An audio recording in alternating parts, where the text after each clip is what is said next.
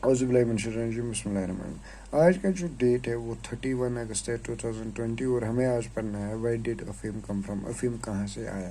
कल हमने चाइना के बारे में पढ़ा, ठीक है। कल हमने ट्रेड देखा, एटिश 40 देखा, वो ट्रेड देखा चाइना का। और हमने देखा जो मर्चेंट्स थे उन्होंने कैसे अपने फाइनेंस को पे किया थ्रू अफीम प्रोडक्शन के द्वारा। उन्होंने कैसे ये किया कि उन्होंने कैसे प्लान किया कि हम कैसे इलीगली क्या करते हैं, स्मगल करते हैं अफीम को और उसकी वजह से क्या करेंगे, फाइनेंस करेंगे। तो वही चीज़ होने लगी। धीरे धीरे क्या हुआ कि ये चीज़ ज़्यादा से ज़्यादा बढ़ने लगी। उन्होंने वेस्टर्न पीपल थे, उन्होंने स्मगल किया किस चीज़ को, अफीम को, किधर, चाइना में डालने के लिए। तो फिर हमने ये भी देखा कि पहले 10,000 क्रेट्स को एनुअली ग्रेड किया गया, कि 10,000 क्रेट्स को एनुअली सी पोर्ट पे उतारा गया, स्मगल किया गया। लेकिन उसके बाद 50 साल के बाद वही अबाउट 35,000 क्रेट्स पे आ गया।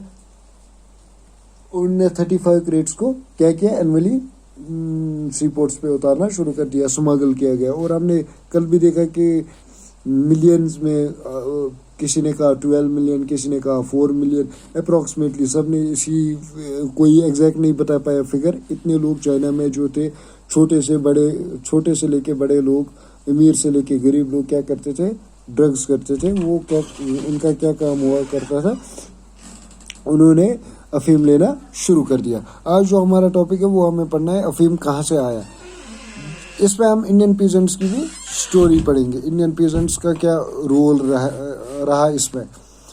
तो जब ब्रिटिशर्स ने बंगाल को कन्क्योर किया, उन्होंने बंगाल को जब कन्क्योर किया तो उन्होंने क्या किया, उन्होंने जो भी उनके अंडर लैंड आई, जो भी लैंड उनके अंडर आई, उन्होंने क्या किया, उस पर अफीम का प्रोडक्शन शुरू कर दिया। उन्होंने कहा कि नहीं, हमें इस पर अफीम प्रोड्यूस करनी है। एज अ मार्केट ऑफ अफीम एक्सपेंडेड इन चाइना। अगर हम देखें कि मार्केट जो अफीम का है वो चाइना में एक्सपेंड ऑलरेडी हो चुका था, वो बढ़ चुका था, क्योंकि वहाँ पे अब अफीम की स्मगलिंग ज़्यादा होती थी। तो इस लालच में आके जब बंगाल में ब्रिटिशर्स ने कन्क्योर किया था, उन्होंने सोचा क्यों ना हम जो बंगाल की लैंड है, जो हम जिस पे हमारा कंट्रोल है, वहाँ पे हम अफीम की प्रोडक्शन करें और अफीम को ज़्यादा से ज़्यादा स्मगल करें। लार्जर वॉल्यूम्स ऑफ अफीम flowed out of Bengal ports. बहुत ज़्यादा अफीम कहाँ फ्लो किया गया, बंगाल पोर्ट्स पे। तो बंगाल पोर्ट्स पे तो फिर हमने क्या देखा कि ये जो बंगाल में सबसे ज़्यादा अब एक्सपोर्ट होने लगा, स्मगल होने लगा। बंगाल पोर्ट्स पे सबसे ज़्यादा जो है स्मगल किया गया अफीम को। Before 1767, no more than 500 chests of 2 mounts each were being exported from India. और 1767 से पहले 500 chests को, more than 500 chests को कहाँ एक्सपोर्ट किया गया, इंडिया में। Within 4 years the quantity trebled. जो 4 साल के बाद क्वांटिटी बढ़ने लगी, ट्रबल होने लगी। 100 years later, जो 100 साल के बाद, इन 1870 में the government was exporting about 50,000 chests annually. आप खुद सोच सकते हैं अफीम की प्रोडक्शन, अफीम की डिमांड कितनी हाई होने लगी। इस बात का अंदाज़ा हम इस बात से लगा सकते हैं कि 1767 से पहले 500 से अधिक और ज़्यादा अफीम को एक्सपोर्ट किया जाता था इंडिया में। लेकिन 4 साल के बाद यही क्वांटिटी ट्रबल्ड हुई और 100 साल के बाद यही 1870 में इसी गवर्नमेंट ने इसको एक्सपोर्ट किया। 50,000 chests को उन्होंने एनुअली सप्लाई किया, कहाँ, इंडिया में। Supplies had to be increase to feed this booming export trade. और सप्लाई इतनी इंक्रीज होने लगी कि जो बूमिंग एक्सपोर्ट था, ये मतलब इतना इसकी डिमांड थी ट्रेड में कि इतना बूम हो गया कि, but this was not easy. लेकिन ये इजी नहीं था, ये चीज़ इजी नहीं थी। अफीम की प्रोडक्शन करना, अफीम को एक्सपोर्ट करना, ये आसान नहीं था इनके लिए। इतने लोगों को फीड अप करना आसान नहीं था। How could they cultivators be persuaded to grow अफीम। کلٹیویٹرس کو کیسے اجازت ملتی کہ آپ افیم کو گرو کرو؟ وہ کیسے اس لینڈ کو افیم کے لیے گرو کرواتے؟ For a variety of reasons, بہت سارے ریزنز تھے وہاں پہ. They were unwilling to turn their fields over to poppy. کلٹیویٹرز کو موٹیویٹ کرنا اس چیز کے لیے کہ آپ افیم کو گرو کرو، وہ انویل تھے کہ ان کے فیلڈز خراب ہو جاتے افیم کی پروڈکشن سے. تو انہوں نے کہا کہ ہم اس چیز کی کیوں ایسا کام کریں کہ ہماری جو لینڈ ہے وہ خراب ہو جائے، ہماری لینڈ پہ کوئی اور کلٹیویشن نہ ہو پائے. پھر first the crop had to grow on the best land. پہلی بات تو یہ اس کے لیے بیسٹ لینڈ ہونی چاہیے. آن فیلڈز دیٹ لے نیئر ولیجز، اور وہ لینڈ چاہیے جو ولیج کے نزدیک ہو، جہاں پہ چوری نہ ہو، جہاں پہ ڈکیتی نہ ہو، جہاں پہ اس کراپ کو جلایا نہ جائے.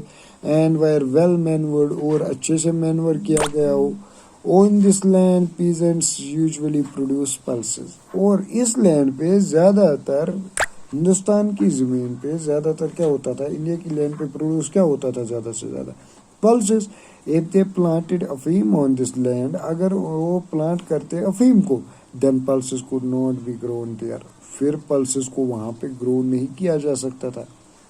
تو صحیح بات ہے نا، اگر پتا تھا پیزنٹس کو انڈیا میں کہ ہم پلسز کو گرو کرتے ہیں، اس چیز کے لیے لینڈ اچھی چاہیے، مینور لینڈ چاہیے جو ولیج کے نزدیک ہو چاہے کہ کوئی نقصان نہ پہنچا سکے، لیکن پیزنٹس کو یوزولی کیا وہ پروڈیوس کرتے پلسز کو. اگر وہ افیم کو پروڈیوس کرتے تو پلسز کو نہیں کر پاتے پھر پروڈیوس، اور they would have to be grown on inferior land, ورنہ یا تو ان کو اس کو انفیریئر لینڈ پہ گرو کرنا تھا. Where harvests were poorer and uncertain, جہاں پہ ہارویسٹس کو پورر اور انسرٹن ہوتے تھے. Second, many cultivators own no land, جو دوسری بات کہ جو بہت سارے کلٹیویٹرز تھے ان کے پاس کوئی زمین تھی ہی نہیں ٹو کلٹیویشن کے لیے. They had to pay rent and lease land from landlords, ان کو رینٹ دینا پڑتا تھا یا لیز پہ لینا پڑتا تھا لینڈ کو land lord. And the rent charges on good lands near village were very high, اور جو رینٹ چارجز تھے، جو اچھی زمین تھی جو ولیج کے نزدیک زمین ہوا کرتی تھی، ان کا چارج جو تھا بہت زیادہ تھا. Third, the cultivation of afeem was difficult process, اور جو تیسرا جو موضوع تھا وہ تھا کہ کلٹیویشن کیسے کرے افیم کی، وہ تو ڈیفیکلٹ پروسیس ہے. تو اس چیز نے کیا کیا، اس چیز نے کلٹیویٹرز کو تھوڑا مایوس کر دیا، پیزنٹس کو تھوڑا مایوس کر دیا. انہوں نے سوچا کہ یار ایک تو ہمیں لینڈ پہ پلسز کرتے ہیں، اس کے لیے افیم کے لیے گڈ لینڈ چاہیے، اور اگر گڈ لینڈ کے لیے بہت سارے جو انڈیا میں تھے وہ تو اون ہی نہیں کر پاتے تھے لینڈ کو، وہ لینڈ لارڈ سے لینڈ لیا کرتے تھے لیز پہ. لیکن جو بھی ولیج کے نزدیک لینڈ ہوا کرتی تھی یا ولیج کے نزدیک گڈ لینڈ ہوا کرتی، ان کا رینٹ زیادہ ہوتا تھا، پیمنٹ ان کی زیادہ ہوتی تھی. تو تیسری بات کہ افیم کی پروڈکشن کرنا آسان نہیں تھا، تو اس لیے ان کے لیے بہت ڈیفیکلٹ تھا یہ چیز کرنا. دا پلانٹ واز ڈیلیکیٹ، جو پلانٹ تھا وہ ڈیلیکیٹ تھا. And cultivation had to spend long hours nursing it. پہلے تو افیم کا پلانٹ ڈیلیکیٹ ہوتا ہے، پلس کلٹیویشن اس کی جو ہے اس میں بہت ٹائم لگتا ہے، اسپینڈ آورس کرنے پڑتے ہیں، نرش کرنا پڑتا ہے اس کو. This meant that they did not have enough time to care for other crops. اس کا مطلب یہ تھا کہ پھر ان کو ٹائم نہیں مل پاتا دوسرے کراپس کو کیئر کرنے کے. Finally the price the government paid to the cultivators, جو پرائز گورنمنٹ نے پے کیا تھا کلٹیویٹرز کے لیے فار دا افیم کے لیے، دے پروڈیوسڈ واز لو. جو انہوں نے افیم کے لیے کلٹیویٹرز کو لینڈ لی تھی اس کے لیے بہت کلٹیویشن جو پرائز تھا گورنمنٹ جو پے کر رہا تھا افیم کے لیے پروڈیوس کر، وہ بہت کم تھا. It was unprofitable and for cultivators to grow afeem at that price. اور یہ انپروفیٹیبل تھا، ان کے لیے کوئی پروفٹ ہی نہیں تھا اس میں اگر وہ افیم کو گرو کرتے، کیونکہ گورنمنٹ ان کو بہت لیس ویج دیتی تھی، اس چیز کے لیے لیس پروفٹ دیتی تھی. اس میں تو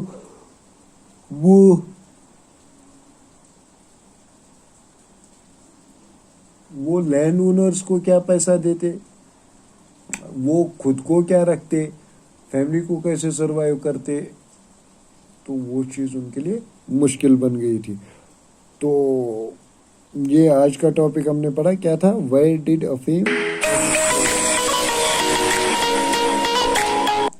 अफीम कम्स फ्रॉम।